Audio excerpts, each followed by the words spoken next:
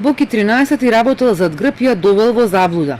Не знаела дека се прават измами во проектите на Меѓународниот сојуз, за кои обвинителството како оштетени ги води двајцата бизнисмени Силјан Мицевски од Пелистер и Ардијан Амзовски од Dream Building. Вака неговата заменичка Јасна Мандич се бранела пред обвинителката Вилма Русковска, открива нејзиниот адвокат. Да, кога не знаете дека некој позади вас има друг план и крои нешто друго, еве сега да наречено измама во овој предмет, тоа е стварна заблуда.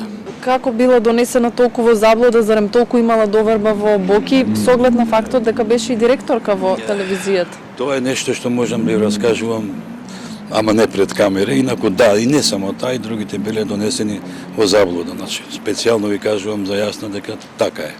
Однос на пензионерката, преземањето на тие пари, дали го може да скажи? Значи, предпоставувам дека пензионерката има сама што да си каже, пошто незината приказка е спротивна, односно не се меша Јасна со неа. Пензионерката Лилјана е нели со Пелистер со Силјан, а Јасна е само со Dream Building. Мандич денеска прва даваше исказ и примила решение дека истрагата е завршена. Паралелно во друга канцеларија во обвинителството за организиран криминал, пратеничката Фросина Ременски втор ден ги прегледуваше доказите во пресрет на утрешниот распит. Не сакаше да коментира дали може и незиното име да се најде во обвинението кое Русковска го најави за почетокот на јануари. Видела се само не докази.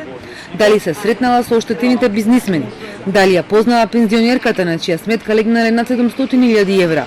Одговорите на овие новинарски прашања ги чува за обвинителството. Значи, јас на овие прашања ќе одговорам кога ќе дадам исказ пред јавен обвинител и мислам дека ќе биде доволно јасно и прецизно сето ова што беше кажано. Ништо во контекст на овие прашања не сакам да влијае на тоа што ќе го изјавам утре пред јавен обвинител.